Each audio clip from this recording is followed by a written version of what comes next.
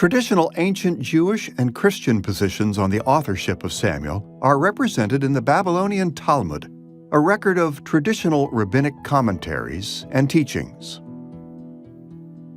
In a series of questions and answers about various Old Testament books in Tractate Baba Bathra 14b, we read these words: Samuel wrote the book which bears his name, and the book of Judges and Ruth. As we see here, ancient rabbis identified Samuel as the author of our book, along with the books of Judges and Ruth.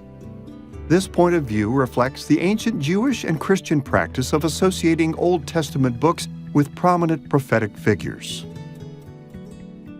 Although the Talmud's claim was widely held in ancient times, there's little to no positive evidence to support this point of view. Now, we should mention that 1 Chronicles chapter 29, verse 29 refers to scrolls called the Chronicles of Samuel the Seer.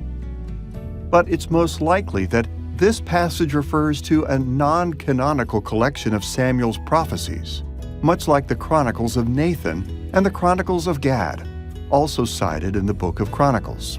We must always keep in mind that 1 Samuel chapter 25, verse 1 dates the death of the prophet Samuel before a number of events that are reported later in 2 Samuel. So, while some materials from the Chronicles of Samuel or similar texts may have been incorporated into our book, we can be confident that someone other than the prophet Samuel himself was the author of our book. One of the interesting things about the Old Testament is that so many of the books are anonymous. That's true of the books of 1 and 2 Samuel as well. We really don't know who the author is. We're given a clue in 1 Chronicles 29, verse 29, that both Samuel and Nathan and Gad left written records of their prophetic ministry. So whoever put the books into their final form would have had access to original source materials, even from Samuel himself. But since he died by about 1 Samuel 25, it's obvious he didn't complete both volumes that bear his name.